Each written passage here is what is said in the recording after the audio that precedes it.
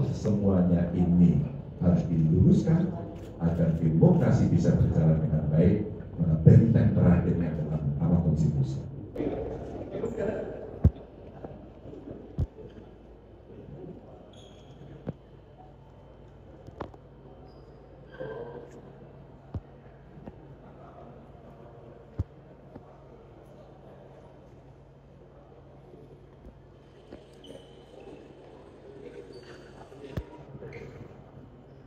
Harus memverifikasi satu persatu cerita tentang aparatur yang terlibat mulai dari pusat sampai daerah, cerita bantuan yang muncul tiba-tiba dengan sangat masif sekali. Bahkan ketika kemarin di DPR ada pertanyaan berapa sebenarnya jumlah bantuan sosial, siapa yang membagi, dan itu semuanya ternyata menjadi cerita di buku biasa negara. Bahkan Bapak Ibu teman-teman semuanya, dari apa yang ada riset yang mengatakan ada korelasinya antara bantuan itu dengan masyarakat akan memilih sesuai dengan yang ada dalam hatinya atau terpengaruh dengan bantuan. Di samping itu ada cerita manipulasi, ada cerita intimidasi. Saya kira inilah yang kemudian kumpulan cerita dari publik yang masuk kepada tim Ganjar Mahfud. Tentu saya menghormati seluruh proses yang terjadi. Kami menyampaikan laporan-laporan kepada penyelenggara pemilu, apakah itu KPU, apakah itu Bawaslu, dan kita berharap memang Bawaslu akan merespon. Saya tidak semuanya merespon. Maka setelah pengumuman tadi malam, tim Ganjar Mahfud sudah bersepakat. Kalaulah semuanya ini harus diluruskan agar demokrasi bisa berjalan dengan baik, maka benteng terakhirnya adalah Mahkamah Konstitusi. Nah, kami sudah menyiapkan tim dari tim hukum untuk kita segera mendaftarkan apakah besok Sabtu untuk segera kita menyampaikan seluruh yang ada yang kami persiapkan untuk menjadi pertimbangan hakim konstitusi nantinya.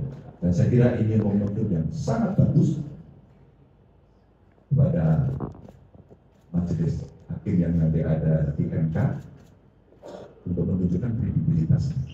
Setelah dulu keputusan MK, setelah juga kita melihat penyelenggara pemilu juga mendapat perhitungan etis, maka tentu saja kita mesti mengembalikan kredibilitas demokrasi kita ini jauh lebih baik.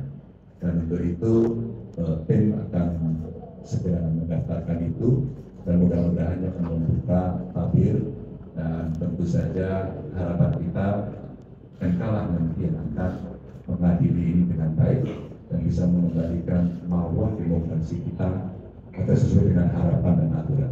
Teman-teman, itu yang bisa saya sampaikan. Terima kasih. Assalamualaikum warahmatullahi wabarakatuh. Dari kita melihat bahwa 01 dan 03 sama-sama mengajukan gugatan KPU ini, apakah ada saling komunikasi atau mungkin kolaborasi dari 01 untuk menindaklanjuti hasil pemilu 2024 ini, mengingat ada kesamaan aksi yang dilanjutkan untuk mengajukan gugatan ke PLPU? Kami sama-sama punya pikiran bahwa rasanya saya tidak berkomunikasi langsung pada soal ini, tapi rasa-rasanya kami punya catatan yang sama pada soal ini, dan kami tidak akan membiarkan. Sirekap umpama, logika yang paling sederhana, satu TPS 300 tapi hasilnya lebih, ya paling gampang. Dan terjadinya di mana-mana. Kami melihat sistematis betul ini terjadi. Mudah-mudahan nanti akan ada pakar yang disiapkan oleh tim untuk bisa membongkar cerita itu sehingga bisa membuka kepada mata masyarakat. Kedua, umpama sama-sama kan setelah yang saya ceritakan tadi, bahkan luar negeri itu memberikan catatan kepada kita. Ini penyelenggaraan pemilunya kok seperti ini. Jadi pasti dari 01 punya catatan sendiri, tapi kami punya catatan sendiri. Apakah nanti dalam persidangan ada kesamaan dan sebagainya, hari kita lihat di persidangan saja.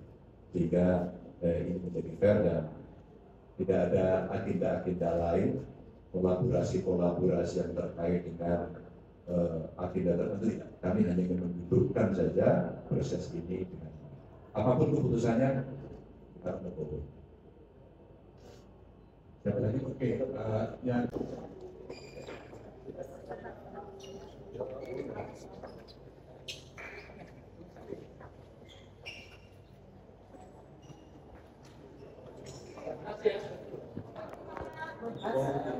Terima kasih ya.